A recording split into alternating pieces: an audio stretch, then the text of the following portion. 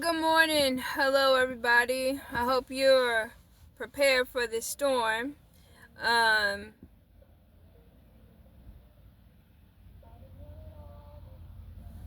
the storm is supposed to be massive and very, very cold. So get prepared. Make sure you got some water, some bread, some things that you could fix, mix, put together, and should be starting about noonish in the Washington, D.C. area and other places. Thanks for the likes, the shares. Thanks for following along. This morning is the day that the Lord has made, and we should be glad in it. Give Him thanks for being here today. Happy Sunday to everybody. I'm really just calm and at peace with myself and learning myself daily and sharing my journey with you all. Once you get in tune with your different frequencies and levels and vibes that you vibe in, it becomes trying and it becomes risky and it becomes like rewarding. So I know we have a lot of work to do, and I say we is because we are a people and we're in the land of the living, and the living must go on. The living must water and nurture, so you must do the same to yourself. Don't be dismayed. Let God handle it.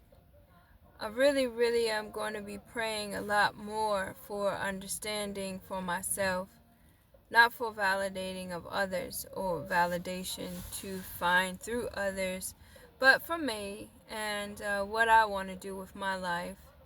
And being proud of the good and the bad, because the bad is a lesson and you don't want to repeat it twice. The good is your hard work has been accomplished.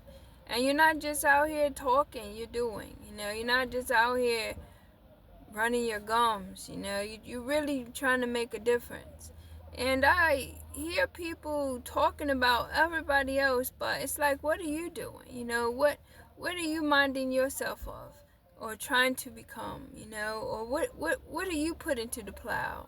I think people need to pay more attention to what they're doing and how they're going about their life, because it's written and you have a purpose.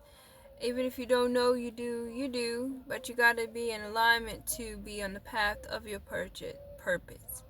So I got some work to do myself, and I think this storm has set me down so I can pray and meditate a little more and just work on what I'm doing, and I'm really happy that I'm in the land of the living and I'm doing. So this is life coaching, and I think for my life today, I'm giving myself the acknowledgement of you should be proud of how far you come.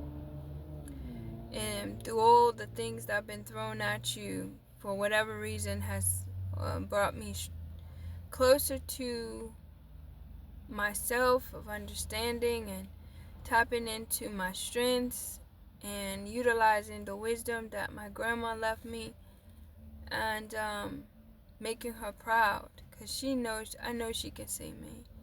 I wish I seen more of her.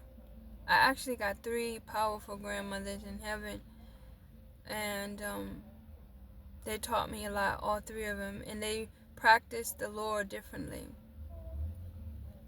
So it seems like I've been remembering a lot of things from my childhood before I was pulled away from them, but they gave me enough to do, or they gave me enough to work with. And I also would like to acknowledge in this life coaching is the one thing that scared me the most in my life journey thus far is I want to word it right.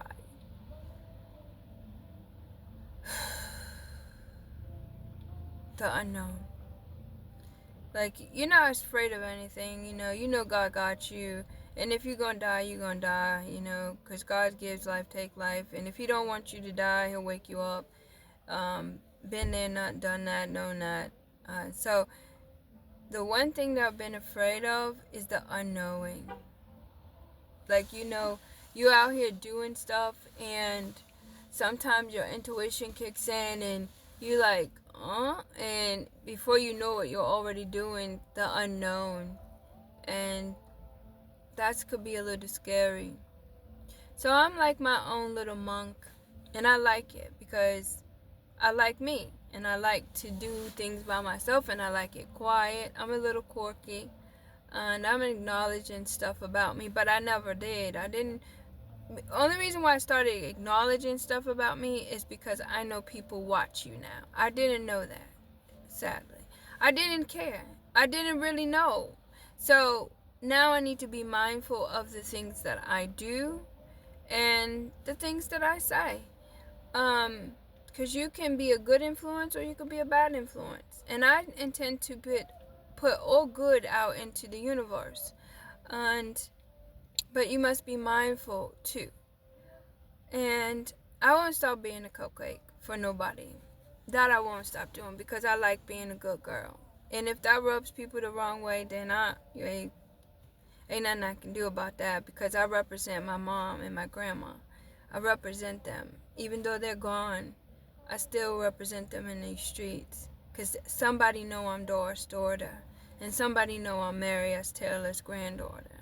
So I gotta represent until I pass away, and I expect my kids to do the same thing.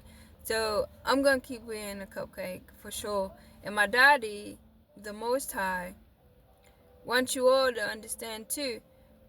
You gotta learn yourself, and you gotta learn what God has for you to implement it within yourself, to give it out in the world, but not be ashamed, not be looking for validation.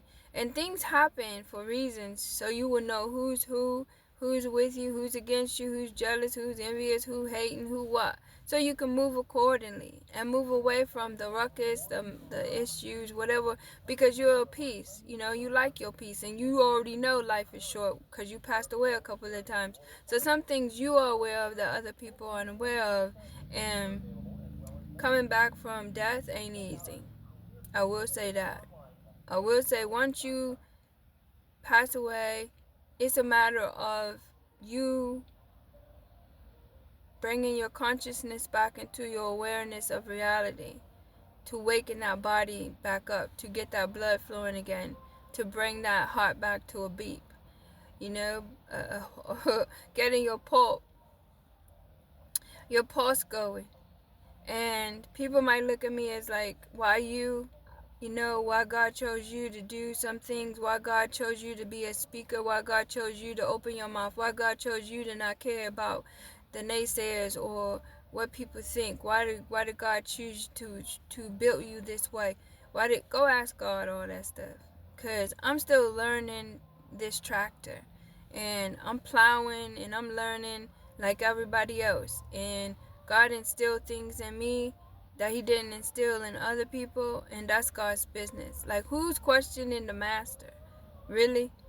And I got a lot of things I want to work on, and my dad's saying you may not get support, but I'm all the support you need, and I will bring the appropriate people to you to make sure that things work. Because I'm not spinning my wheels or giving out my knowledge for it to not prosper in Jesus' name, or to prosper in His name first, and to prosper in anybody's life. Like, if we're not making an impact and changing hearts, then what are we really doing with the blessings that we get?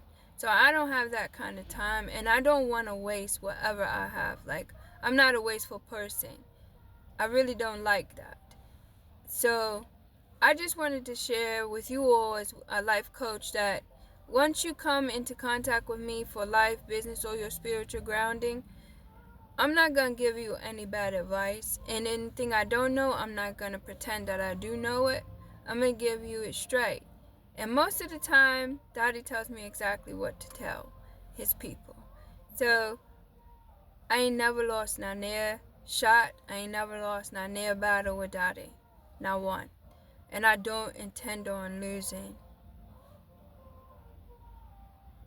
at all, ever.